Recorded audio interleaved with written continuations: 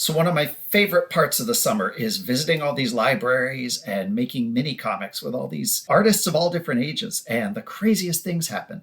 Like just the other day, the librarian saying, and on your library summer reading bingo card, you'll find some outdoor activities too. And we're all gathered around and we're going over our bingo cards in the library there, right? And she says, for example, this one says, clean up a body of water. That's an outdoor activity you can do, right? And we're like, oh, cool. So Leo runs down to he goes to the frog pond, right? There's frogs and lilies and all these reeds. There's some trash down there too. Tweet, tweet, chirp. He's going to clean it up, right?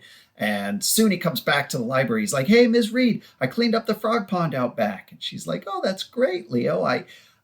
But she doesn't finish what she's saying because there's this crash. And she's so shocked. He's pulling through the door, a tarp covered with, oh my goodness. He says, where do you want all these frogs and lilies and bushes and fish and mud and turtles and crawdads and mud and he's cleaned out the entire frog pond, right? And he's dragged it up into the library here along with his bingo card to get it marked off. And oh my goodness, it's page 8 already. That's all we can do in this issue, but we can't leave him there because that's a terrible ending. So we'll just end with Leo and all his new friends, and they're reading. What are they reading? Wetland conservation book. They got to learn about this stuff, you know. Oh, don't forget to do a front cover too. Maybe we'll put the frog on the front cover this time.